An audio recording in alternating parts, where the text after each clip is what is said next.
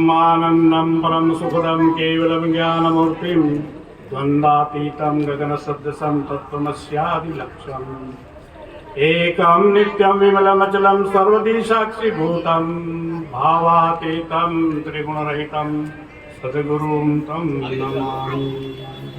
दक्षिणे लक्ष्मणं यस्य वामे च जनकात्मजा पुरतो मारुतिर्यस्य तं वन्दे रघुनन्दनम्। वसुदेव सुतं देवं कंस चाणूरमर्दनं देवकी परमानंदं कृष्णं वंदे जगद्गुरु। आप सभी महानुभावों के हृदय में विराजमान उस परम पूज्य परमेश्वर को साष्टांग नमन करता हूँ। आप में से अधिकांश लोग तो आयु में, ज्ञान में मेरे से बहुत श्रेष्ठ हैं। आपके सामने चूंकि अब आदेश हुआ है तो कुछ विषय रखने का प्रयास करता हूँ। एक तो बहुत खुशी की बात यह है कि जिन विषयों को आज के इस दौर में ये माना जाता है कि ये विषय 60 वर्ष से अधिक की आयु वाले लोगों के लिए हैं, उन कार्यक्रमों में छोटे छोटे बच्चों का आना ये निश्चित रूप से भारत के लिए सुखद संकेत है।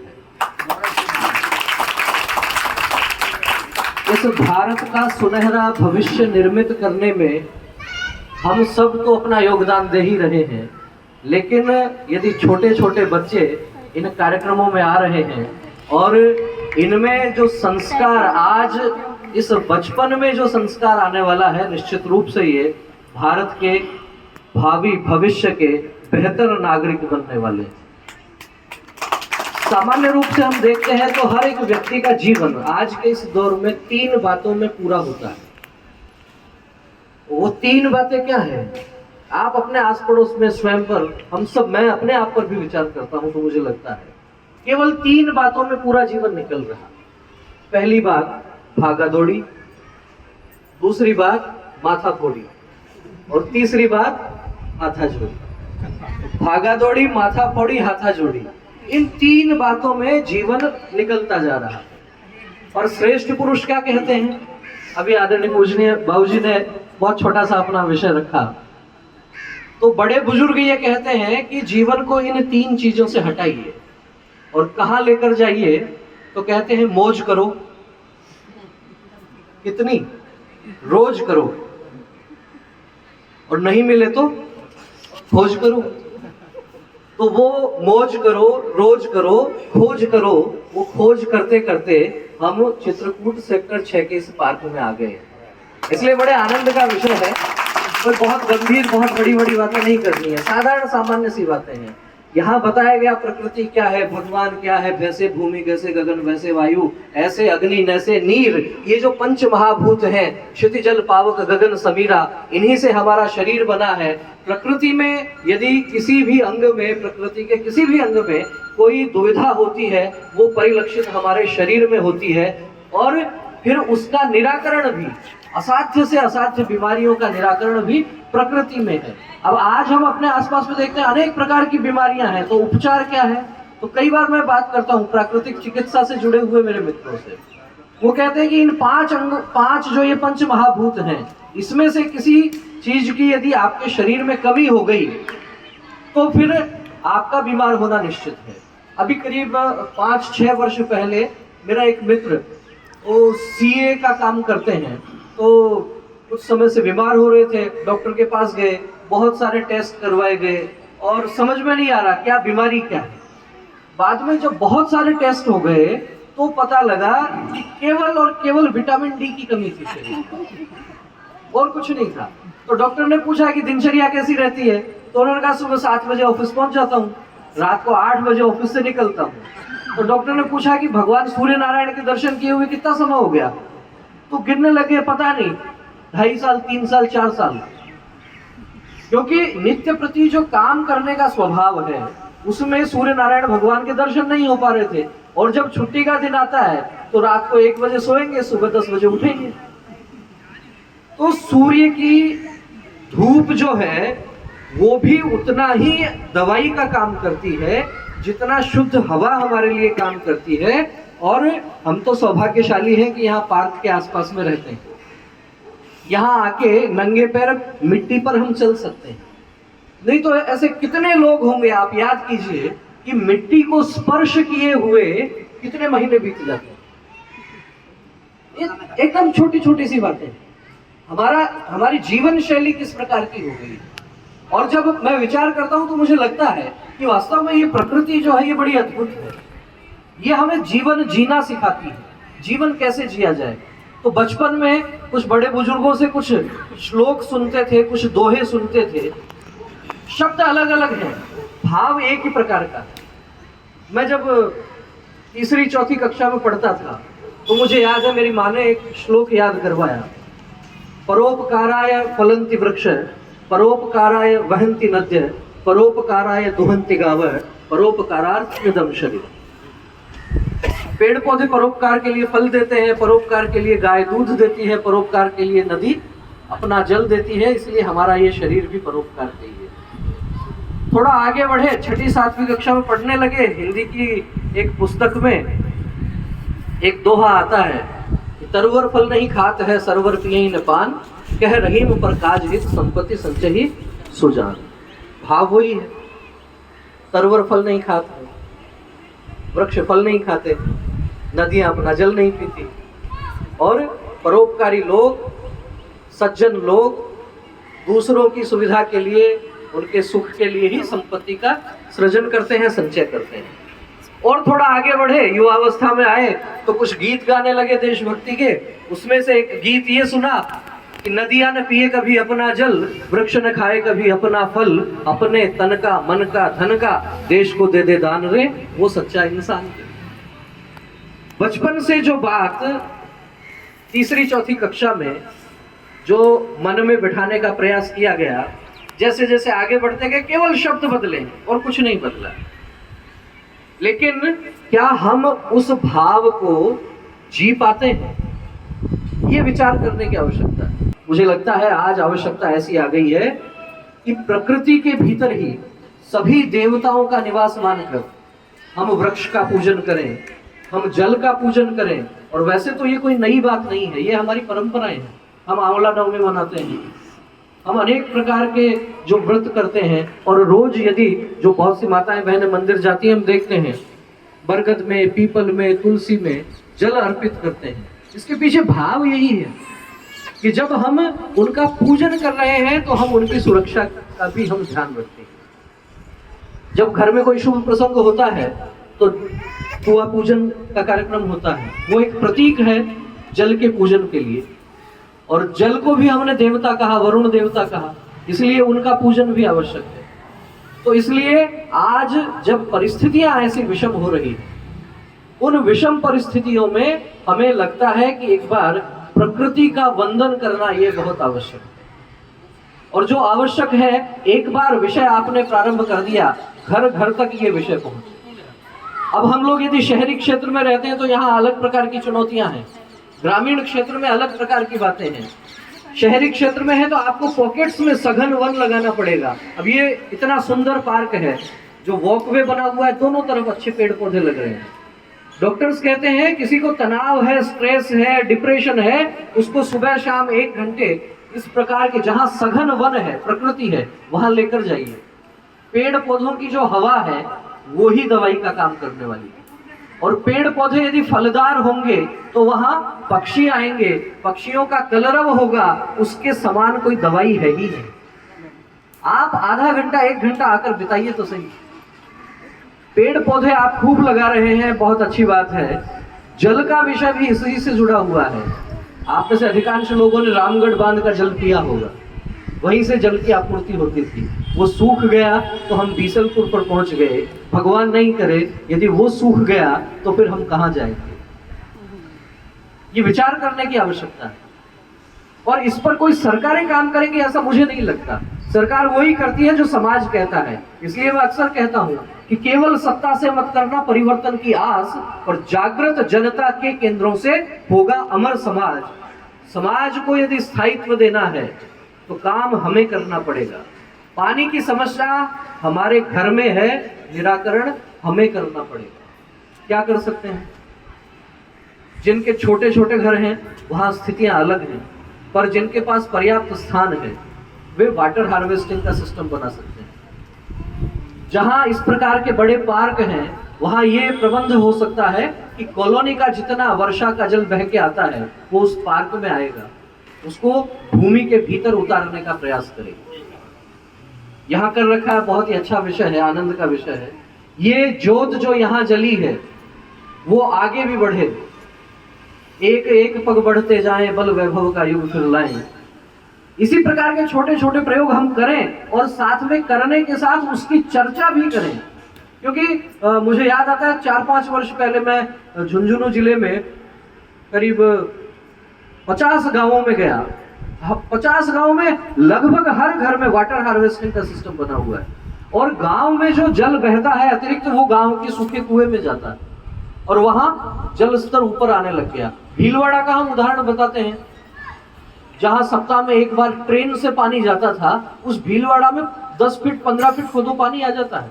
1000 से ज्यादा वाटर हार्वेस्टिंग के सिस्टम वहां बन गए। छोटे छोटे काम हम स्वयं अपने स्तर पर क्या कर सकते हैं और ये जो छोटे छोटे बच्चे आए हैं इनको क्या बता सकते हैं। अब इस समय पर्यावरण का सबसे बड़ा शत्रु कहा जाता है पॉलीथीन को, और उसमें सिंगल यूज पॉलीथीन जो है जिसको हम यत्र तत्र सर्वत्र फेंक देते हैं। कोई मेला लगा, कोई पद यात्रा जा रही है, जल पिलाएंगे, शरबत पिलाएंगे, अच्छी बात है, सेवा करनी ही चाहिए, लेकिन उसके 3 घंटे बाद जब हम वहां का चित्र देखते हैं तो क्या लगता है, वो प्लास्टिक के सिंगल यूज प्लास्टिक के वो जो गिलास हैं कहाँ फैले रहते हैं। इस धरती को हमने माँ कहा और फिर इसको हम इतना गंदा कर देते हैं। हम कागज के गिलास में भी पिला सकते हैं, हम मिट्टी के सिकोरे में भी पिला सकते हैं, उनको व्यवस्थित कहीं एक जगह रख भी सकते हैं। तो मैं बात पॉलीथीन की, सिंगल यूज पॉलीथीन की बात कर रहा था। मैंने अपने घर में प्रयोग करना प्रारंभ किया। छोटे बच्चे हैं, उनको समझाया घर के भीतर जो पॉलीथीन आ गई, ये पॉलीथीन नहीं, ये जिन्न है इस धरती माता के। इस जिन्न को वापस बोतल के भीतर बंद करना पड़ेगा। तो जो पानी की बोतल आती है, कोल्ड ड्रिंक की बोतल आती है, हम एक तरफ तो उनको भी फेंक देते हैं, तो हमने उनको फेंकना बंद किया और उस प्लास्टिक की बोतल के भीतर घर में जो सिंगल यूज पॉलीथीन आ रहा है उसको दबा दबा के ठूस ठूस के हमने भर दिया। 15 दिन, 20 दिन, 1 महीने की पॉलीथीन आपकी एक बोतल के अंदर बंद हो जाएगी और उसके ऊपर लगा दिया ढक्कन, एकदम ठूस ठूस के भर दो आप, वो आपकी इको ब्रिक्स बन गई। संतों ने उसको पुण्य शिला नाम दे दिया। आप विचार कीजिए, एक बोतल के भीतर जितना पॉलीथीन है, यदि मैं उसको यहाँ इस पार्क में फैला दूं कितना गंदा लगेगा। लेकिन यदि मैंने उठा के उसको एक बोतल के अंदर बंद कर दिया और उसको ईंट के रूप में हमने काम में ले लिया। पेड़ पौधों के बाहर आप बाउंड्री बनाते हैं, ईंट लगाते हैं, वहां लगाइए, बड़ा अच्छा लगेगा। घर के बाहर रैंप बनाते हैं, वहां हमारे को कंकर पत्थर चाहिए, हमने वहां लगा दिया, काम आ गया। बैठने के लिए ये जो इस प्रकार की पत्थर की मेज बनी हुई है, टेबल बनी हुई है, इस प्रकार की बनने लग गई। जब आप विचार करना प्रारंभ करेंगे तो बहुत सारी चीजें हो सकती हैं। इसलिए पहली आवश्यकता यह है कि हम विचार करें। इसका क्या निराकरण हो सकता है? कोई ऐसा नहीं है कि रॉकेट साइंस है, बहुत बड़े वैज्ञानिक आकर बताएंगे। पानी बचाना है, क्या करना है? घर में मेहमान आ रहे हैं, आधा गिलास पानी हमने सर्व किया, आवश्यकता हुई तो बाद में और लेंगे। हम कहते हैं ना, जैसे कि कहीं भोजन के लिए जाते हैं तो उतना ही लो थाली में कि व्यर्थ न बहे नाली में। वही बात हम जल के लिए भी कर सकते हैं। इसी प्रकार से पेड़ पौधे लगाने की बात हमने की, हमने जल संरक्षण की बात की, हमने पॉलीथीन के निस्तारण की बात की, और क्या क्या प्रयोग हो सकते हैं ये सब जब हम समूह में बैठकर बात करेंगे, क्योंकि हमारी तो परंपरा समूह में बैठकर चर्चा करने की रही है। उपनिषद इसी प्रकार से बने हैं और उसमें नई पीढ़ी, छोटे बच्चे, युवा, बड़े बुजुर्ग, सबका अनुभव, सबका विचार जब आएगा, वो जो नवनीत निकलेगा वही विचार आज के इस दौर में पूरे विश्व को दिशा देने वाला है। संयुक्त राष्ट्र संघ तक चिंतित है कि आखिर पृथ्वी पर मानव का अस्तित्व बचेगा या नहीं बचेगा। आप एक बार विचार कीजिए, ईश्वर ने हमारे को बनाया, ईश्वर ने कछुए को भी बनाया, ईश्वर ने चींटी को भी बनाया, ईश्वर ने शेर को भी बनाया, गाय को भी बनाया। चराचर जगत में करोड़ों प्रकार के जीव होंगे, करोड़ों प्रकार के। क्या मनुष्य के अलावा एक भी जीव ऐसा है जो प्रकृति को नुकसान पहुंचाता है? हम कितने स्वार्थी हो गए। हमने मोटर कार बनाई, कारखाने बनाए, बड़े बड़े भवन बनाए, और प्रकृति के मूल स्वरूप के साथ छेड़छाड़ यदि किसी ने की है तो केवल मनुष्य है। एक तरफ हम कहते हैं ईश्वर की सर्वोत्तम कृति मनुष्य है, और दूसरी तरफ इस प्रकृति को बिगाड़ने का, और मैं तो कहता हूं कि भगवान का निरादर करने का सर्वाधिक काम यदि किसी ने किया है तो हम लोगों ने किया है, मनुष्य ने किया। इसलिए सर्वाधिक जिम्मेदारी भी हमारी है। और यदि ईश्वर की हम सर्वोत्तम कृति हैं तो हमें केवल अपना विचार नहीं करना पड़ेगा। जो लुप्त हो रही प्रजातियां हैं, चाहे पेड़ पौधों की हो, चाहे पक्षियों की हो, चाहे पशुओं की हो, सबके संरक्षण का विचार करना पड़ेगा। मानव पशु तरु गिरि सरिता में एक ब्रह्म को पहचाना है। ये बोलने से काम नहीं चलेगा, ये भाव भीतर आना चाहिए। और जब इस भाव को हम जिएंगे, जब प्रकृति के साथ हम जुड़ेंगे, तो मुझे लगता है कि सुखद होगा, शुभ होगा। सत्यम शिवम सुंदरम की जो कल्पना हम देखते हैं वो साकार होगी। समस्याएं बहुत हैं, विचार करेंगे घंटों बीत जाएंगे, दिन बीत जाएंगे, महीनों बीत जाएंगे, लेकिन उस निराशा के दलदल में नहीं फंसना है। हम स्वयं क्या कर सकते हैं? स्वयं ने, यदि मैंने एक छोटा सा संकल्प ले लिया, मेरे घर में आज से कोई अतिथि आएगा, मैं आधा गिलास भर के जल उनको दूंगा। पर्यावरण की सेवा हो गई, देशभक्ति हो गई। मेरे घर में पॉलीथीन आ गई है, आ तो गई, बाहर सड़क पर नहीं जाएगी, उसका इलाज घर में कर दूंगा। यदि मैंने घर बनाया है, उसके लिए फर्नीचर के लिए 4 पेड़ काम में आए हैं, 40 लगा दूंगा।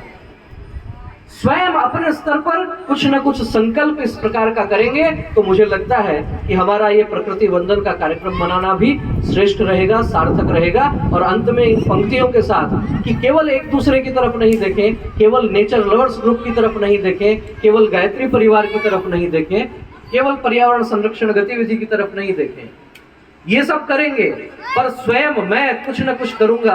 गंगा की रवानी बदलेगी, सतलज का मुहाना बदलेगा, तो खुद तो बदले बंदे, ये जमाना अपने आप बदलेगा। जब हम स्वयं से कोई ना कोई संकल्प लेकर 2 कदम आगे बढ़ के इस समाज को नेतृत्व देने के लिए जब आगे आएंगे, तो निश्चित रूप से ये भारत पुनः विश्वगुरु बनेगा।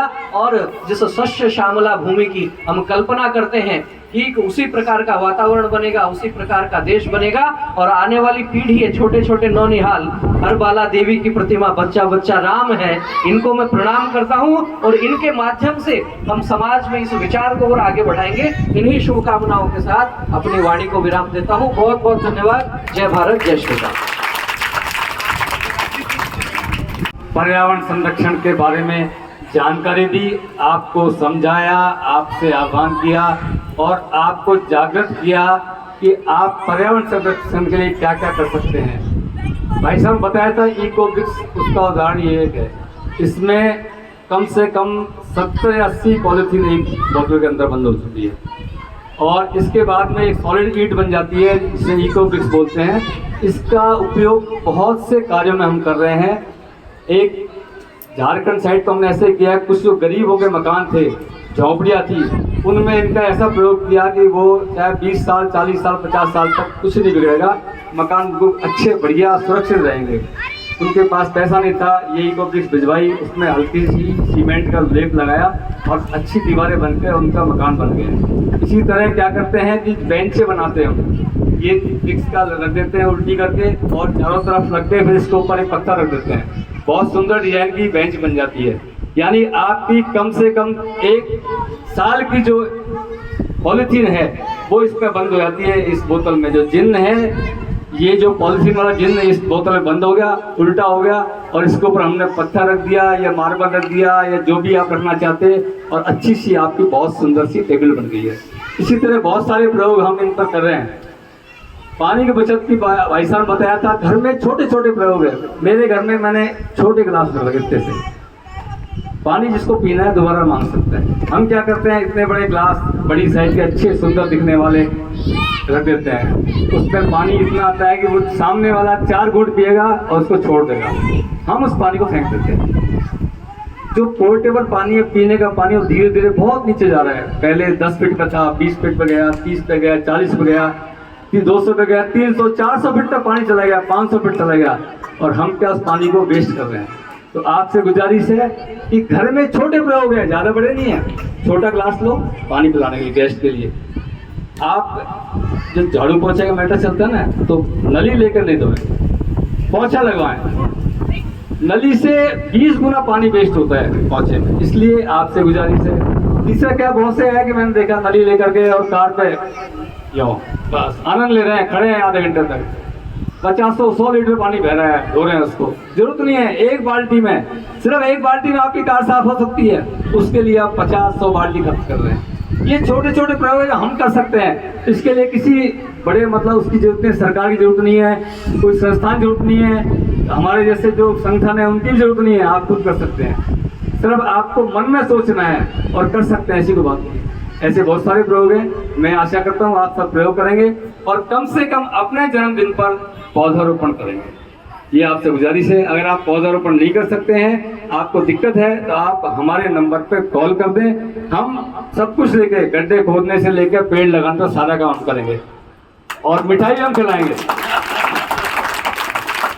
सिर्फ आपको ये कहना है कि साहब मेरा जन्मदिन कल है, आप कहेंगे वहाँ लगा देंगे, आपकी जगह नहीं है तो हमारे पास बहुत जगह है, हम वहाँ लगा देंगे। लेकिन आपको मन में ये धारणा करनी है कि मेरा जन्मदिन है, उस पर पौधा लगेगा और उस पौधे के फल मैं तो खाऊंगे, लोग भी खाएंगे।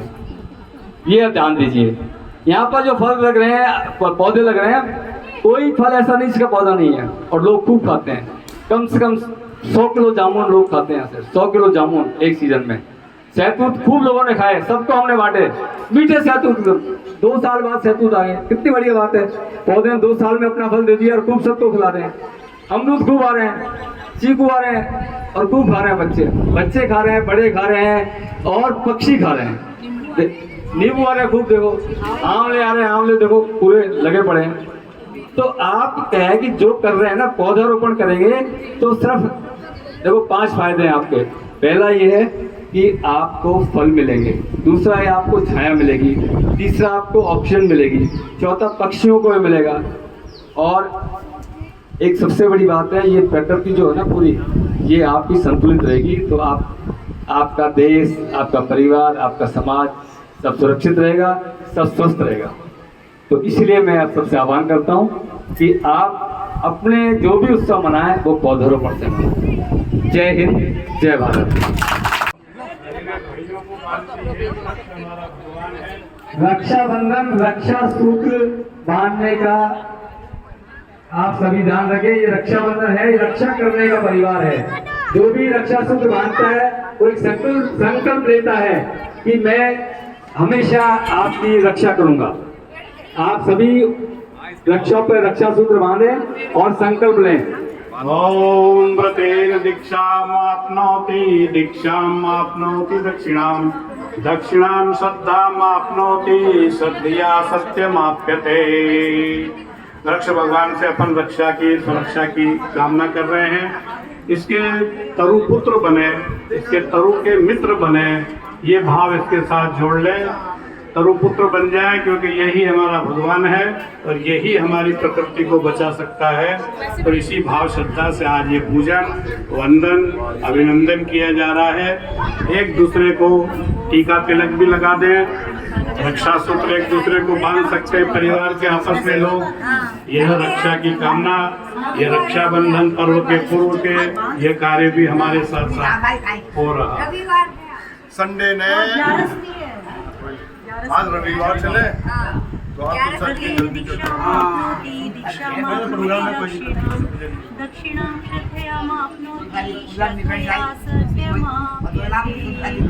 जय वृक्ष देवा स्वामी, जय वृक्ष देवा, मधुर मधुर फलदाता, मधुर मधुर फलदाता, शीतल छाँव दाता।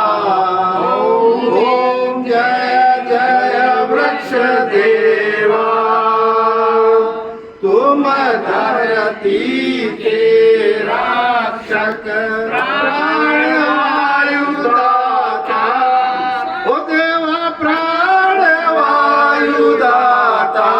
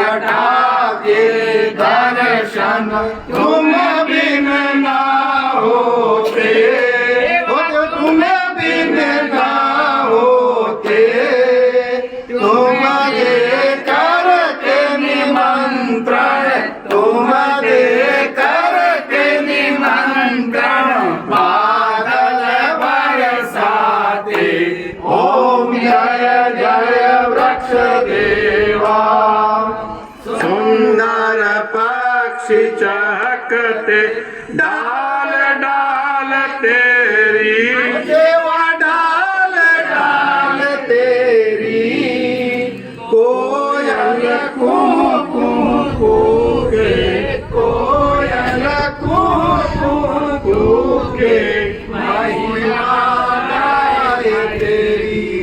ओम जय जय वृक्ष देवा, आरोग्य है तुमसे मिलता, फल फूल मिले अनुपम, फल फूल मिले अनुपम। परोपकारी प्रभु तुम हो, परोपकारी प्रभु तुम हो, तुम जीवन दाता। ओम जय जय वृक्ष देता, ओम जय वृक्ष देवा, स्वामी जय जय वृक्ष देवा। मधुर मधुर फलदाता, मधुर मधुर फलदाता, शीतल छावदाता। ओम जय जय वृक्ष देवा। बोलो भवानी की, बोलो धरती माता की, बोलो प्रकृति माता की।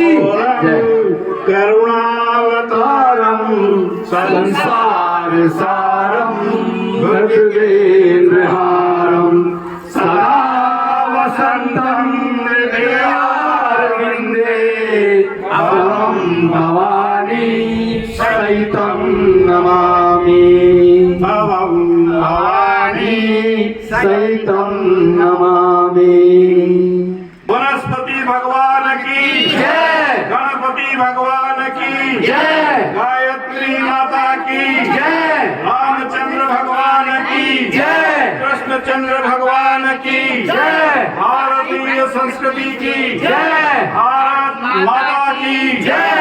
एक बनेंगे, एक बनेंगे, एक बनेंगे, एक बनेंगे, हम सुधरेंगे, युग सुधरेगा, हम सुधरेंगे, युग सुधरेगा। राष्ट्रभक्ति की लाल मशाल सदा जलेगी, सदा जलेगी, राष्ट्रभक्ति की लाल मशाल सदा जलेगी, सदा जलेगी। राष्ट्रभक्ति की ज्योति जलाने हम घर घर में जाएंगे, राष्ट्रभक्ति की ज्योति जलाने हम घर घर में जाएंगे। नया सवेरा नया उजाला हम धरती पर लाएंगे, नया सवेरा नया उजाला हम धरती पर लाएंगे। नया समाज बनाएंगे, नया जमाना लाएंगे। जन्म जहाँ पर हमने पाया, जन्म जहाँ पर हमने पाया, अन्न जहाँ का हमने खाया, अन्न जहाँ का हमने पाया, वस्त्र जहाँ के हमने पहने, वस्त्र जहाँ के हमने पहने। ज्ञान जहाँ से हमने पाया, ज्ञान जहाँ से हमने पाया, वह है प्यारा देश हमारा, प्यारा प्यारा देश हमारा। देश की रक्षा कौन करेगा? हम करेंगे, हम करेंगे। आप ऊंचा करके बोले, देश की रक्षा कौन करेगा? हम करेंगे, हम करेंगे। धर्म की रक्षा कौन करेगा? हम करेंगे, हम करेंगे। धर्म की रक्षा कौन करेगा? हम करेंगे, हम करेंगे। राष्ट्र निर्माण कैसे होगा? व्यक्ति के निर्माण से। राष्ट्र निर्माण कैसे होगा? व्यक्ति के निर्माण से। भारत माता का मस्तक ऊंचा होगा त्याग और बलिदान से। भारत का मस्तक ऊंचा होगा त्याग और बलिदान से। हमारा वृक्षारोपण अभियान सफल हो, सफल हो। भारत माता की, भारत माता की, भारत माता की। वंदे वंदे वंदे। जय श्री राम। बोलो बजरंग बली की, बजरंग बली की। जय श्री राम।